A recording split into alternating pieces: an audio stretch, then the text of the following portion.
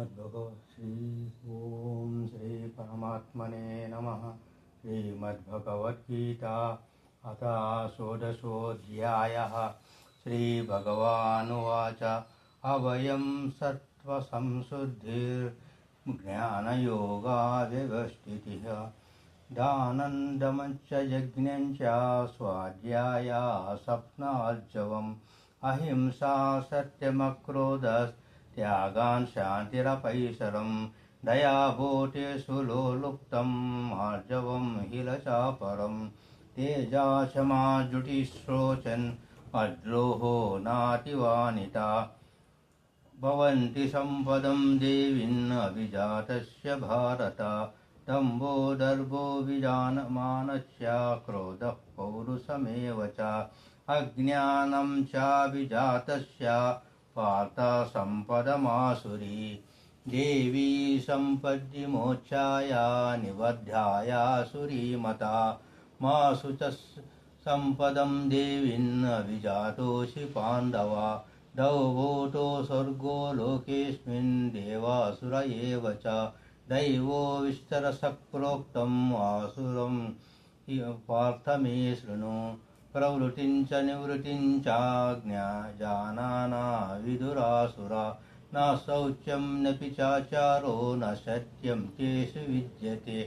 असत्यमप्रतिष्ठन्ते जागदारुहनीश्वरम् अपस्वरसंवृत्तां किं मन्ये कामहेतुकम्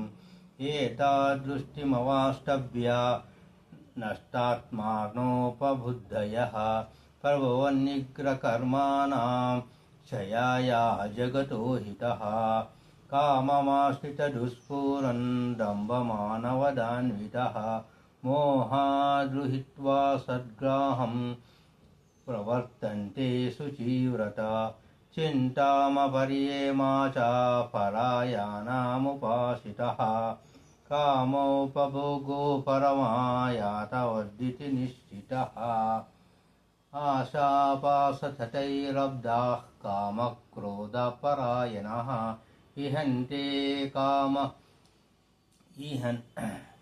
इहन्ते कामभोगार्थम् अन्यायेनार्थ संशयान् इदमद्य मया लब्धम् इमं प्राप्ते मनोरथम् इदमस्तिदममे भविष्यन्ति पुनस्तरम् अश्रो मया हतर्षट्र्हनिष्ये चापरानपि ईश्वरोऽहमहं भोगी सिद्धोऽहं बलवान् सुखी अद्यो विजानवान्यस्मि कन्योऽस्मि सरसो मया यच्छेद्वा स्वामिमोदिष्य इत्यज्ञानाः मोहिता अनेकचिन्तविभ्रान्ता मोहजारा समावृता प्रसक्ता कामभोगेषु पतन्ति नरकेषु च आत्मसम्भविता शब्दा दानमानवदान्विता यजन्ते नाम यज्ञेशे दम्भेन विधिपूर्वकम् अहङ्कारबलं दर्पं कामं क्रोधं च संश्रितः ममात्मा परदेहेषु प्रदिश्यन्तोऽप्यसूयकः तनहं दिशनं क्रूरन् संसारेषु नराधमान् सम्प्राप्य जसमाशुभान् आसुरीशैव योनिषु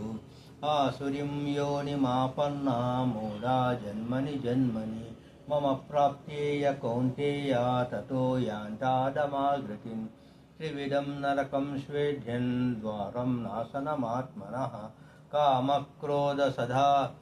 रोभ्यास् तस्मादेतत्रयं त्यज्यते यद्वैरिमुक्तः कौन्तेय तमो द्वारैष्टिवीरणः आचार्यात्मनः श्रेयो ततो यदि परागतिं